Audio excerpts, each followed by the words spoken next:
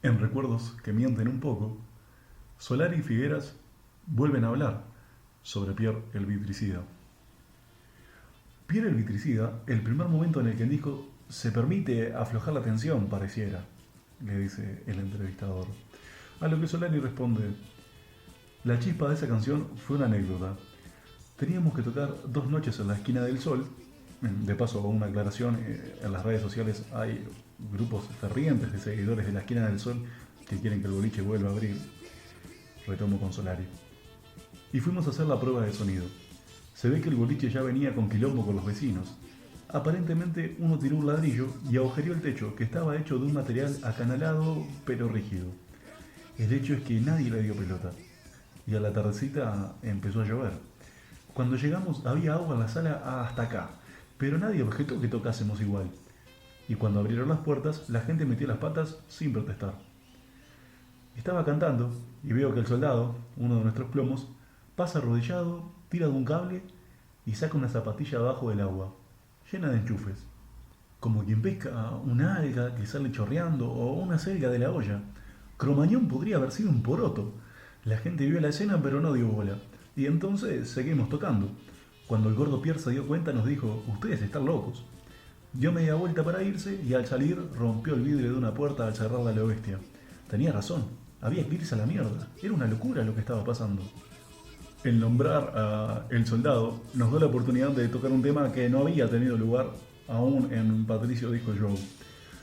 Su verdadero nombre es Rodolfo Luis González, trabajó como plomo de Patricio Rey y sus Redonditos de Ricota y luego inició su carrera como solista.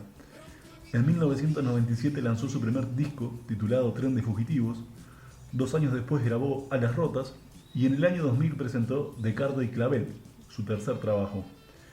De esta forma continuó grabando discos y cosechando éxitos, marcándose su propio camino en el ámbito musical argentino.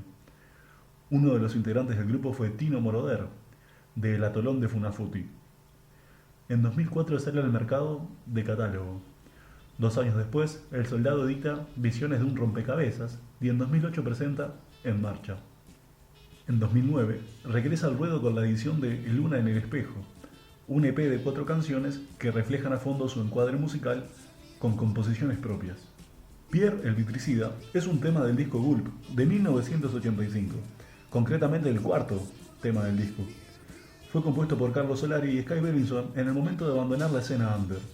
Este es el tema más corto editado en álbum de Patricio Rey y sus Redonditos de Ricota, con una duración de 1 minuto y 1 segundo, como decíamos en Gulp, bajo la tutela de la discográfica Wormo, donde grababan Los Redondos en ese entonces. Es una anécdota, aunque Pierre asegura que él no rompió ningún vidrio, dijo el Indio en 1985. Más que nada, el gordo Pierre Bayona es uno de los personajes del rock argentino que merecía estar en un twist.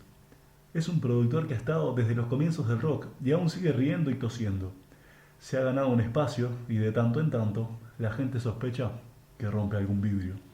El 20 de abril de 1985, Los Redondos tocaron en el Stade Free Pub. Esa noche estuvo presente en el lugar Pierre Bayona. Como una especie de homenaje, el Indio le cambió la letra a algunas partes de la canción. Por fin, esta noche está el gordo Pierre. Para aquel que lo conoce, vamos a hacerle el twist Pierre el Vitricida. Anda por ahí, dijo el Indio. En uno de sus libros, Miguel Cantilo recuerda a Pierre Bayona, el reconocido representante de músicos que tuvo una curiosa anécdota con los Redonditos de Ricota. El libro es precisamente ¿Qué circo? Memoria presente de medio siglo de rock argentino, del año 2011, como decíamos, justamente de Miguel Cantilo. El Gordo Pierre es un personaje insoslayable si se quiere interpretar cabalmente el desenvolvimiento del rock en Argentina. Alguien que fue alternativamente manager de figuras tan disímiles y protagónicas como Sui Generis, Spinetta, Piero Comprema, Pedro y Pablo y Peteco Carabajal, que a la vez estuvo involucrado en la producción de espectáculos desde el comienzo de los 70 y estableció contactos entre nuestro rock y el inglés a través de visitas personales a Virgin Records cuando iniciaba su brillante actividad como emblemático sello de rock. Alguien que ya es leyenda en este ámbito no puede dejar de tener un lugar preferencial en esta reseña, aun cuando parta de una mención al pasar del Indio Solari en un muy difundido tema de Patricio Rey y sus redonditos de ricota. Aprovechemos para echar un poco de luz sobre este personaje del circo para quienes no lo conocieron. El Gordo Pierre nos llevaba a todos los rockeros una decena de años de ventaja, razón por la cual veíamos en él una proyección de cualquiera de nuestros contemporáneos y eso nos despertaba cierta confianza. Por lo general, la gente mayor que nosotros vestía traje, se peinaba con fijador y apestaba agua de colonia. El Gordo no, él hablaba nuestro idioma, dominaba nuestros códigos, se postulaba como manager y solía vestir un jardinero de jean que por sus dimensiones le granjearon el apodo del almohadón azul. La diferencia era notable no solo con la gente de su edad, sino también con el resto de los managers y representantes, justamente por las complicidades y los riesgos sociales que corría a la par de cualquier rockero. Existían ya muchos managers de nuestra edad, pero no de nuestro palo. Es decir, algunos aparentaban compartir modismos y secretos, se embanderaban con las mismas premisas que cualquier músico, pero solo lo hacían para facilitarse la tarea de manejarlos. Aprovecho para resaltar este vocablo tan particular. El común de los representantes utilizaban, y aún utilizan ese verbo, manejar, como un eufemismo, metáfora, o vaya a saber qué tipo de máscara verbal, con el fin de denominar una tarea que las más de las veces termina chocando al artista. Una diferencia entre Pierre y los managers circulantes era que él jamás usaría ese verbo. Así como nosotros equivocamos desde un principio numerosas decisiones, él erró en su métier, pero al menos hasta donde abarca mi experiencia no lo hizo de mala fe, sino por eventual impericia, constituyéndose en una pieza única dentro del primitivo engranaje de nuestro rock. Se dejaba llevar por su instinto y su alta emotividad, pero lo madrugaban una y otra vez los fariseos. Le soplaban a los artistas, lo estafaban y lo hacían blanco de las mismas trampas con que sostenían su economía timando a músicos. Al Gordo Pierre le fue tan bien o tan mal como a la mayoría de los pioneros de este género. Pasó por etapas de bonanza y malaria, pero mantuvo y mantiene una línea de conducta muy cercana a la esencia del rock argentino. Se hizo querer por la mayoría de los músicos con los que trabajó y asumió el papel de excepción a la regla de los fascinerosos y estafadores que hicieron y hacen cola para enriquecerse con el rock explotando a los músicos. Pedro Simón Bayona, así lo llamaron sus padres, aunque el ambiente del rock lo conoce como el Gordo Pierre. A principios de los 70 fue el descubridor y manager de Sui Generis. Según cuentan, le insistió durante semanas a un productor discográfico para que escuchara a unos jóvenes de 20 años que la rompían. Finalmente el productor accedió, ellos interpretaron Canción para mi muerte, lo conmovieron al instante y de ese modo lograron grabar su primer disco.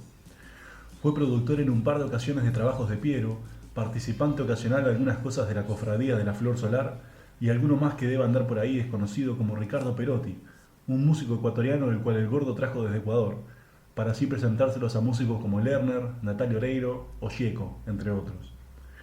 Pierre falleció en agosto de 2012. El ex baterista de Almendra, Rodolfo García, escribió en su perfil de Facebook: "Buen viaje, Gordo", despidiéndolo de ese modo, sin mayores detalles. Aquí en Patricio Disco Show continuamos con la lectura de Escenas del Delito Americano. Dice Darrell: alrededor de 15 minutos, luego de habernos introducido la cámara de pérdida sensorial, debiéramos referirnos en realidad al sistema todo de la MGS, una vibración nos provoca la sensación, ¿en qué rincón del cerebro?, de estar siendo acunados por un viento de densidad primitiva que nos hace atravesar las líneas de propagación de las ondas electromagnéticas de protección. Todo esto sucede a pesar de que éstas nos cuidan con sus inquietos movimientos de vaivén aleatorio.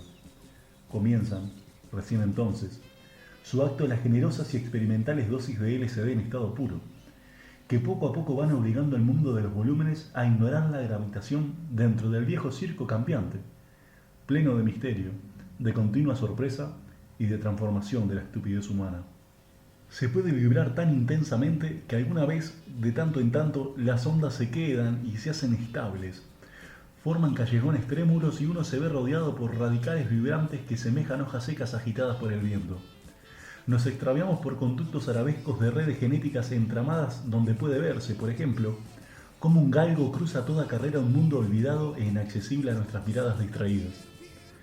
El operador del juguetito durante su turno piensa muy poco y muy rara vez. Embargado por la corriente vital que se genera, su cerebro se distrae y las fórmulas se le hacen confusas. Recuerda cuántas se aplicaban al comenzar la experiencia y más allá, cuando Semacendi lo consideraba un niño y más allá, cuando nada era. El profesor Darrell y la pera española. El profesor Darrell, creo que nunca podré decirle pan de barro, me explicó que el extraño objeto que Semacendi usa como pisapapeles en su escritorio es una réplica de la terrible pera española de la época de la Inquisición. Me proporcionó también detalles del porqué de su utilización y de su funcionamiento. Tenía uso oral, rectal y vaginal. La pera oral era aplicada a los predicadores herejes, a los blasfemos y a los legos que hubieran manifestado pensamientos sediciosos. La pera vaginal, de mayor tamaño, era reservada a las mujeres acusadas de mantener relaciones sexuales con Satán o con alguno de sus adeptos. A su vez, la pera rectal era destinada a los culpables de sodomía. Imbaboca, o en la vagina, la pera española era abierta por medio de un sistema de tornillos hasta que las partes dilatadas fuesen irremediablemente laceradas. Las joyas del artefacto son tres puntas que salen de los lados de este objeto y que servían para rasgar mejor el fondo de la garganta, el interior del recto o de la vagina. A grandes males, grandes remedios. Darrell Dixit. Cuando hay varios nidos juntos, sus suciedades se encuentran antes que quienes lo habitan. Ese es un momento memorable. Se cruzan las carroñas, se mezclan en actos imprecisos. Las moscas no necesitan competir entre sí y revolotean magníficas, se ponen rechonchas. Se ceban en las formaciones gelatinosas de la periferia y sobrevuelan rasantes los chorizos de muérdago descompuestos. Pasan imaginando mascar las flores abandonadas de América, las riquísimas flores que se pudren en los límites del viejo imperio. El aliento de las fronteras no se puede omitir, pero tampoco describir. En las largas y graciosas escamas de esa mugre terminal germina un centro defendido por una tropa de desperdicios impenetrable. Bueno, después de todo, el delito americano es una fábula.